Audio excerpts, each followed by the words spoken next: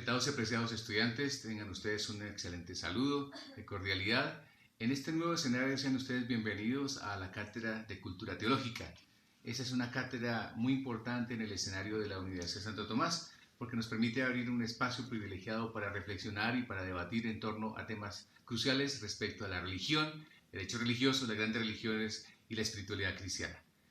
En ese sentido, entonces les propongo que hagamos un ejercicio bien interesante, primero sobre una reflexión desde el hecho religioso. ¿Qué implica hablar del hecho religioso? Implica sencillamente que tengamos la oportunidad de categorizar, tener unos elementos fundantes de lo que es esas palabras claves que corresponden a la teología, como por ejemplo la revelación, el sincretismo religioso, otro tipo de características que tienen que ver justamente con el ateísmo, por ejemplo, esas connotaciones que le dan una determinación fundante a lo que significa hablar de la religión, específicamente desde el origen etimológico, los fundamentos y las características de eso que hace que de alguna manera los seres humanos hablen de religión. Y claro, cuando se refiere a religión, estamos refiriéndonos también a elementos esenciales en cuanto al hecho de hablar de la parte ética, la parte estética, la parte cultural, la parte ritual, la parte dogmática, la parte doctrinal y por ende, claro, la parte institucional y aquellos tipos de elementos que forjan lo que corresponde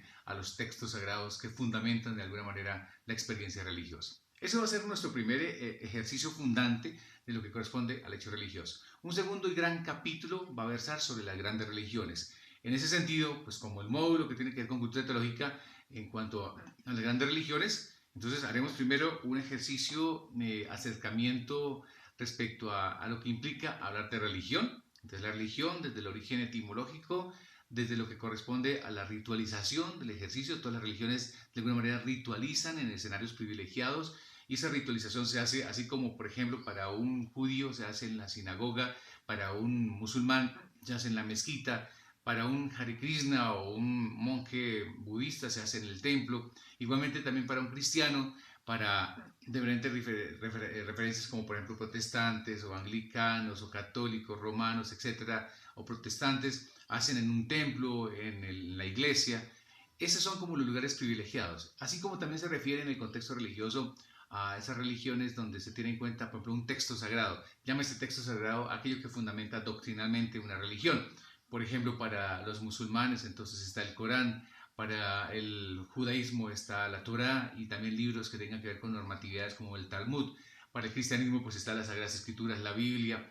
Para los hinduistas o ese tipo de religiones están el libro de los Vedas, el Prabhupada, etc.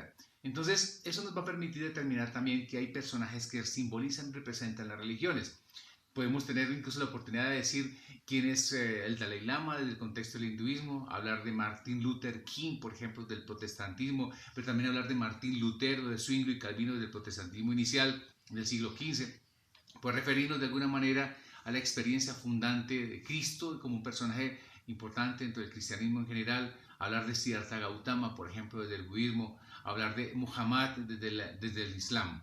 Y así, las personas que representan también, por ejemplo, desde el cristianismo católico romano el Papa, pero desde los ortodoxos el Patriarca, o desde el judaísmo, por ejemplo, hablar de los personajes que representan como el rabino, o hablar del imán en el Islam, por ejemplo, o el gurú o el maestro en el hinduismo, o en el caso de los monjes en el respectivo budismo. Entonces vamos encontrando escenarios especiales, personas privilegiadas y símbolos también y signos que representan. Hay cruces especiales, depende del contexto de la religión, así como se habla del Om, por ejemplo, para la meditación hinduista y budista, así se habla también de la oración y la limosna como también principios fundantes de otras religiones. Decir que hay religiones, por ejemplo, abrahámicas o abrámicas, por ejemplo, el caso del Islam, el judaísmo y el cristianismo, pero también hay religiones brahmánicas que te refieren a Brahma, Vishnu, Shiva, Ganesha, que son las religiones como el hinduismo, el budismo o el brahmanismo, por ejemplo.